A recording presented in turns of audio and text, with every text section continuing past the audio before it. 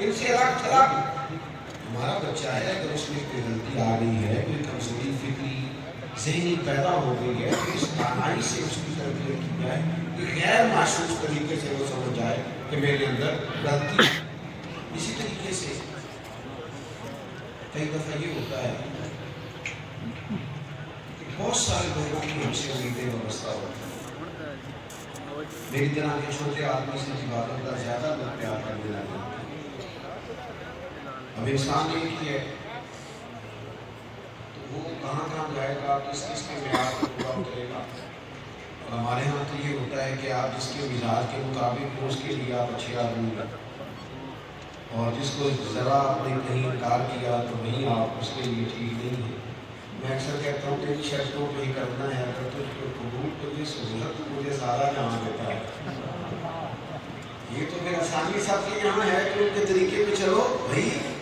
بہت سارے لوگ پیار کرتے ہیں، لیڈر ہے، کوئی قائد ہے، کوئی مرشد طریقت ہے، کوئی استاذ ہے، یہاں جس کے ساتھ تشریف فرمائے دیگر اساتذہ بیٹھے، امیدیں وابستہ ہو جاتی ہیں طلباء کی، مریدین کی، عقیدت مندوں کی، اور اگر کوئی قائد ہے تو اس کے کاتبوں کی، اور ہر آدمی۔ اور ہمارے یہاں تو یہ معاملہ زیادہ گڑبڑ ہوتا ہے، اگر میں کہوں کہ دوسرے سے آگے نکلنے کی دوڑ میں ہوتا ہے تو یہ بھی کسی حد تک درست ہوتا ہے۔ اب سب کے معیار پہ پورا اترنا کوئی آسان کام نہیں ہوتا۔ جتنی آپ کی لوگوں سے محبتیں زیادہ ہیں، آپ کے سر میں حقوق زیادہ ہیں۔ اب آپ کو اپنی قائدانہ صلاحیت کا ثبوت دینا ہے۔ اقبال کہتے ہیں کوئی کارواں سے ٹوٹا کوئی بدگماں حرم سے، کہ میرے کارواں میں نہیں خوبے دینا۔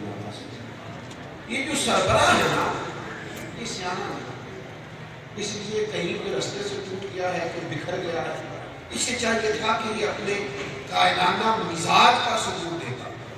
اگر آپ بڑے ہیں، گھر میں بڑے ہیں، یا قبیلے میں بڑے ہیں، یا برادری میں بڑے ہیں، یا ادارے میں بڑے ہیں، تو آپ کو کسی گروپ کا حصہ نہیں بننا، کسی 2 4 5 4 خوشامدیوں کے ہتھے نہیں چڑھنا، بلکہ آپ کو سب کو لے کے چلنا، ایک طرح کا معیار اپنی زندگی میں سب کے لیے رکھنا ہے۔ اس سے آپ کی قائدانہ صلاحیتوں کا پتہ چلے گا۔ اس کی ایک مثال نبی کریم صلی اللہ تعالیٰ علیہ وسلم کی سیرت پاک سے عرض کرتا ہوں۔ حضور تشریف لے کر مدینہ طیبہ ہجرت کر، جتنے بھی لوگ مدینے میں موجود تھے، ایک سے بڑھ کر ایک مخلص، اور ہر آدمی دعوت پیش کرتا ہے، یا رسول اللہ میرے گھر تشریف، حضور میرے گھر کو رونق بخش، کریم میرے گھر میں ہے، حضرت سعد بن معاذ، حضرت عثمان بن مالک، اور بڑے بڑے مخلص لوگ۔ ایک نے عرض کی یا رسول اللہ میری حویلی کھلی ہے، وسیع ہے، قریب جتنے بھی لوگ دست وسیع آئیں گے سب آرام سے بیٹھ پائیں، میرے ہاں تشریف لائیں۔ ایک نے عرض کی یا رسول اللہ صلی اللہ تعالیٰ علیہ وسلم میں بڑا قبیلہ رکھتا ہوں، وسعت ہے، افرادی قوت بڑی ہے، اگر دشمن کے مقابلے میں ہمیں دفاع کرنا پڑا تو ہم اپنے قبیلے کے تعلق سے بڑی تعداد ہوں، حضور ہمارے ہاں تشریف لائیے۔ نبی کریم صلی اللہ تعالیٰ علیہ وسلم دیکھ رہے تھے کہ جو بھی دعوت دے رہا ہے خلوص سے دل سے دے رہا ہے۔ اب ذرا دیکھنا میرے حبیب کی حکمت، محبوب نے نا اونٹنی کی لگام اس کی گردن پہ ڈال دی، فرمایا میری اونٹنی معمول من اللہ ہے، یہ جہاں بیٹھ جائے گی میں اس کا مہمان بن جاؤں گا۔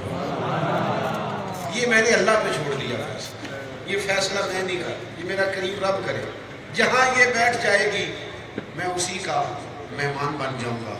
اونٹنی چلتے چلتے چلتے چلتے حضرت ابو ایوب انصاری رضی اللہ تعالیٰ عنہ کے گھر کے سامنے بیٹھ گئی۔ اونٹنی بیٹھی، حضور اترے نہیں فوراً۔ انسانی ذہن ایک منٹ میں بہت سارے سوالات کو جنم دیتا ہے۔ سرکار اترے نہیں تو یہ نہ سمجھے کہ اچانک اونٹنی بیٹھ گئی، دفعتاً بیٹھ گئی۔ حضور تشریف فرما رہے، اونٹنی ایک دفعہ پھر اٹھ کھڑی ہوئی، اس نے پھر ایک چکر لگایا اور دوبارہ آ کے وہیں بیٹھ گئی جہاں پہلے بیٹھی تھی، اور اب تو اس طرح بیٹھ گئی کہ اس نے اپنی گردن بھی بچھا دی، اور جب اس نے اپنی گردن بھی بچھا دی اور اطمینان سے بیٹھ گئی اور حضور اونٹنی سے اترے اور جناب ابو ایوب انصاری رضی اللہ تعالیٰ عنہ کے گھر کو سرکار نے عزت عطا فرمائی. تو اب جتنے دعوت دینے والے تھے وہ اس لیے مطمئن تھے کہ یہ انتخاب تو اللہ کا کیا ہوا ہے. میرے عزیز کچھ فیصلے آپ اس طرح کریں گے، تنہائی سے کریں گے، تدبر سے کریں گے، فہم و فراست سے کریں گے. ہمارے جو ائمہ تھے ان کا اصل کمال کیا تھا؟ علم تو آج بھی بہت سارے لوگ اسناد کے تعلق سے رکھتے ہیں، لیکن اصل کمال کیا تھا امام اعظم کا؟ کہ امام اعظم عالم بھی تھے اور دانا بھی تھے، تدبر بھی بڑا تھا.